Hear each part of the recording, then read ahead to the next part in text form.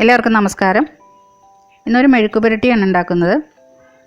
ചോറിന് കറികളുടെ കൂട്ടത്തിൽ ഒരു സൈഡ് ഡിഷായിട്ട് കൂട്ടാൻ പറ്റിയ മെഴുക്കുപുരട്ടിയാണ്. ഇത് പൊട്ടറ്റോ മെഴുക്കുപുരട്ടി. ഇത് വേറൊരു രീതിയിലാണ് ഉണ്ടാക്കുന്നത്. അപ്പോൾ നമുക്ക് കണ്ടാലോ. അപ്പോൾ ഈ മെഴുക്കുപുരട്ടി ഉണ്ടാക്കാനായിട്ട് 3 പൊട്ടറ്റോയാണ് എടുത്തിരിക്കുന്നത്. അത് തൊലിയെല്ലാം കളഞ്ഞിട്ട് വെള്ളത്തിലിട്ട് വെച്ചിരിക്കുകയാണ്. പൊട്ടറ്റോയുടെ തൊലി കളഞ്ഞു കഴിഞ്ഞാൽ ഉടനെ വെള്ളത്തിലിട്ട് വയ്ക്കണം, അത് അറിയാമല്ലോ എല്ലാവർക്കും. ഇനി ഇതുപോലുള്ള ഒരു ഗ്രേറ്റർ എടുത്തിട്ട് അതിൻ്റെ ചെറിയ ഹോൾസ് ഉണ്ടല്ലോ, അതിൽ കൂടെ നമുക്ക് ഇത് 3 ഗ്രേറ്റ് ചെയ്തെടുക്കാം. അപ്പോൾ ഇതിവിടെ 3 ഗ്രേറ്റ് ചെയ്തെടുത്തു. ഇനി അത് വെള്ളത്തിലിട്ട് വയ്ക്കണ്ട കേട്ടോ.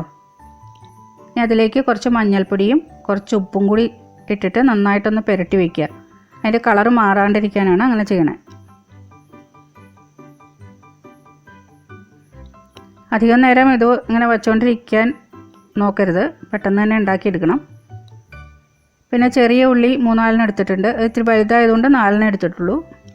ഇത് കൂടുതലെടുത്താലും കുഴപ്പമൊന്നുമില്ല, നല്ല ടേസ്റ്റാണ്. അത് ചതച്ചെടുക്കണം. പിന്നെ ചുമന്ന മുളക് നിങ്ങൾക്ക് വേണമെങ്കിൽ അതിൻ്റെ കൂടെ ചതയ്ക്കാം. ഞാനിവിടെ ചതച്ച മുളക് ഉള്ളതുകൊണ്ട് അതാണ് എടുക്കുന്നത്.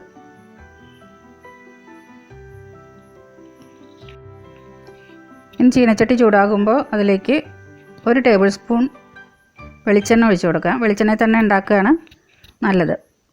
വെളിച്ചെണ്ണ ഇല്ലെങ്കിൽ ഓയിലായാലും കുഴപ്പമില്ല. ഉള്ളി ചതച്ച് വെച്ചത് ആദ്യം ഇട്ട് കൊടുക്കാം. അതൊന്ന് വഴണ്ട് വരുമ്പോൾ മുളക് ചേർത്താൽ മതി, അല്ലെങ്കിൽ മുളക് കരിഞ്ഞു പോകും. ചതച്ച മുളകല്ലേ, അത് കാരണം അങ്ങനെ പൊടിയായിട്ടായിരിക്കുന്നത്. അതുകൊണ്ട് ഇതൊന്ന് വാടി കളറൊക്കെ മാറി വരുമ്പോൾ മുളക് ചേർത്താൽ മതി. മറ്റേ വലിയ മുളകാണ് ചതച്ചതെങ്കിൽ ഇതിൻ്റെ ഒപ്പം തന്നെ ചേർത്ത് കൊടുക്കാം.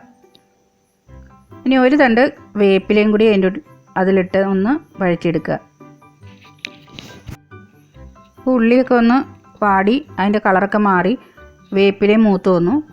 ആ സമയത്ത് മുളകിട്ട് കൊടുക്കാം. നിങ്ങളുടെ എരിവിന് ആവശ്യത്തിനുള്ള മുളകിട്ട് കൊടുക്കണം. അത് നന്നായിട്ട് ആ മുളകിൻ്റെ കുത്ത് മണമൊക്കെ എല്ലാം മാറിക്കഴിയുമ്പോൾ പൊട്ടറ്റോ ചേർത്ത് കൊടുത്താൽ മതി. അത് ഉപ്പൊക്കെ പുരട്ടി വെച്ചുകൊണ്ട് അതിൽ നിന്ന് ഇങ്ങനെ വെള്ളം ഇറങ്ങി വന്നിട്ടുണ്ട്. ആ വെള്ളമൊന്നും നമുക്ക് ചേർക്കണ്ട. ഒന്ന് പതുക്കെ ഒന്ന് പ്രസ് ചെയ്തിട്ട് അതിലേക്ക് ചേർത്ത് കൊടുക്കുക. മുഴുവനും വെള്ളം പിഴിഞ്ഞ് കളയരുത്. ഇനി നന്നായിട്ട് ഇളക്കി കൊടുത്തിട്ട് കുറച്ച് നേരം അടച്ച് വെച്ച് വേവിക്കണം.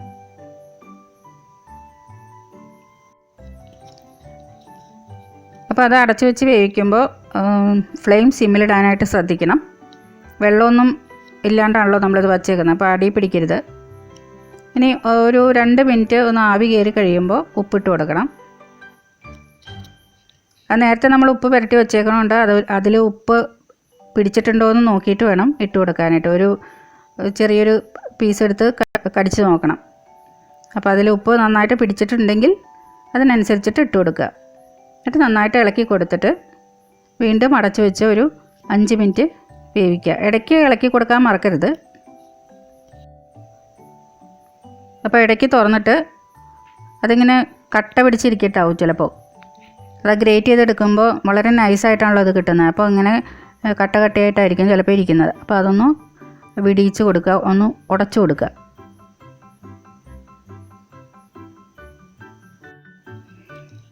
അപ്പോൾ ഇടയ്ക്ക് ഉപ്പൊക്കെ നോക്കിയിട്ട് വേണ്ടത് ഇട്ട് കൊടുക്കണം.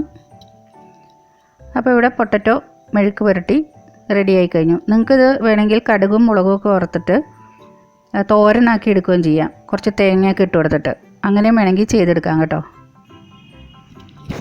അപ്പോൾ വീഡിയോ മുഴുവനായിട്ടും കണ്ടതിന് താങ്ക്സ്. എപ്പോഴും പറയുന്ന പോലെ തന്നെ സബ്സ്ക്രൈബ് ചെയ്യാത്തവരുണ്ടെങ്കിൽ സബ്സ്ക്രൈബ് ചെയ്ത് തരിക. കൂടെ വരുന്ന ബെല്ലൈക്കണും കൂടി എനേബിൾ ചെയ്ത് വയ്ക്കുക. പിന്നെ ഇത് ഇഷ്ടപ്പെട്ടിട്ടുണ്ടെങ്കിൽ ലൈക്ക് ചെയ്യുക, ഫ്രണ്ട്സിനും റിലേറ്റീവ്സിനൊക്കെ ഷെയർ ചെയ്ത് കൊടുക്കുക. അപ്പോൾ അടുത്ത വീഡിയോയിൽ കാണാം.